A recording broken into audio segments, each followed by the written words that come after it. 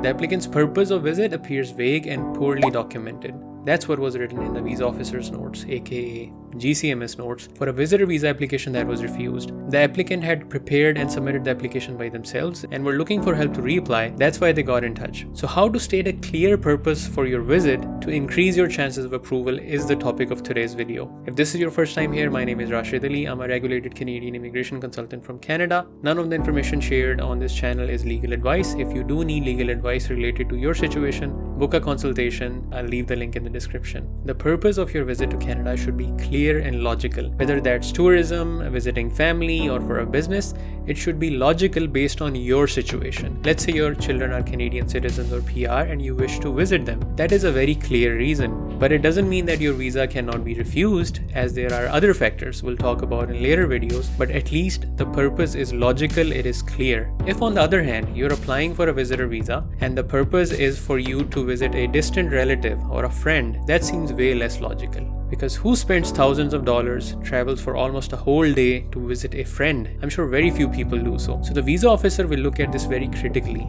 And I can't tell you how many times Canadian citizens and PRs have reached out to me and they say that a cousin or a friend is asking them for an invitation letter. I don't want to do it, but they keep following up.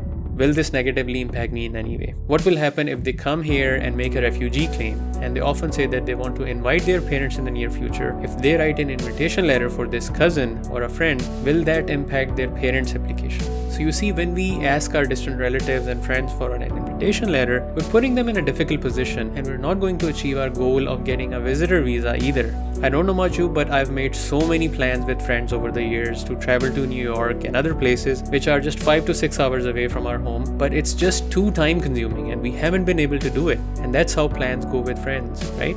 So how can we expect a visa officer to believe that we're spending so much money, so much time to visit a friend or a distant relative so far away? So be logical and be clear on why you want to visit Canada. Besides, just having an invitation letter doesn't automatically mean that you will get an approval. What matters is who is inviting you, how close are you, what is the purpose of your trip, does that trip really make sense? And this will vary based on the conditions of the country of the applicant as well. If the economic and political situation in your country is not stable, your application might be reviewed more critically. But if you're living in a prosperous country and you're financially quite stable, visiting a friend may be a good purpose. It all depends. So if your interest really is in sightseeing and tourism, a better approach would be to mention that you're visiting Canada for tourism.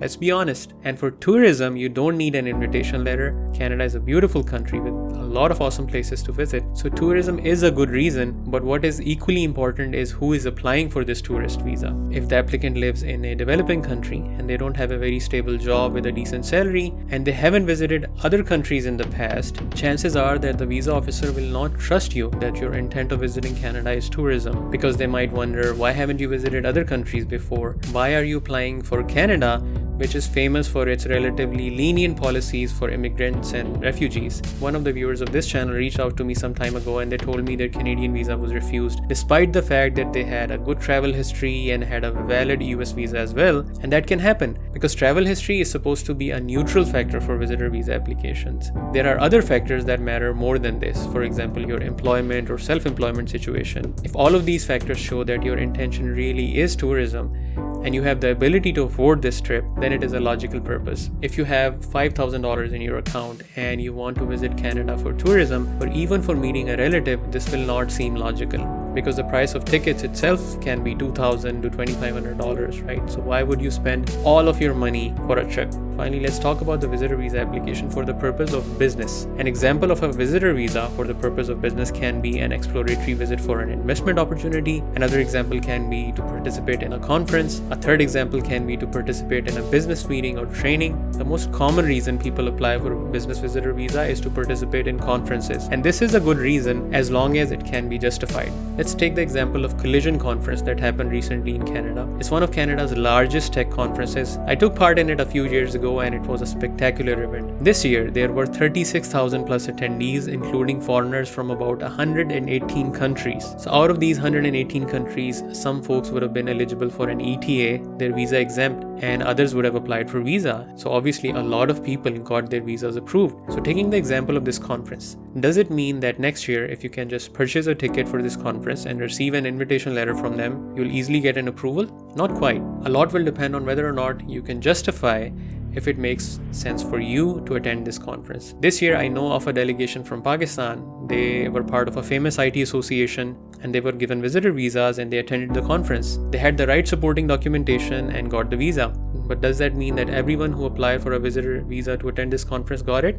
Not quite. Let's take another example. Let's say you're a student of engineering and there's an annual conference of American Society of Mechanical Engineers happening in Canada this year, and your traveling, lodging, food costs are all sponsored by the organizers.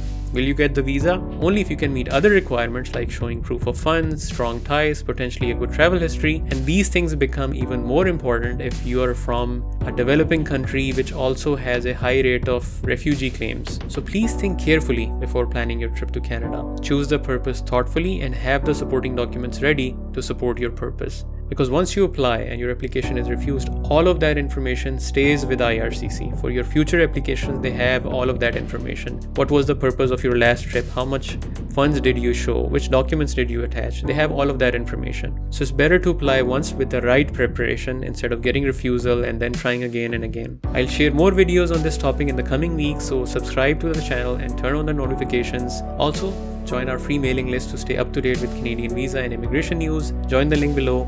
And if you're interested in participating more actively and connecting with others such as yourself whose goal is to move to Canada, I'll leave a link so you can apply to join that online community as well.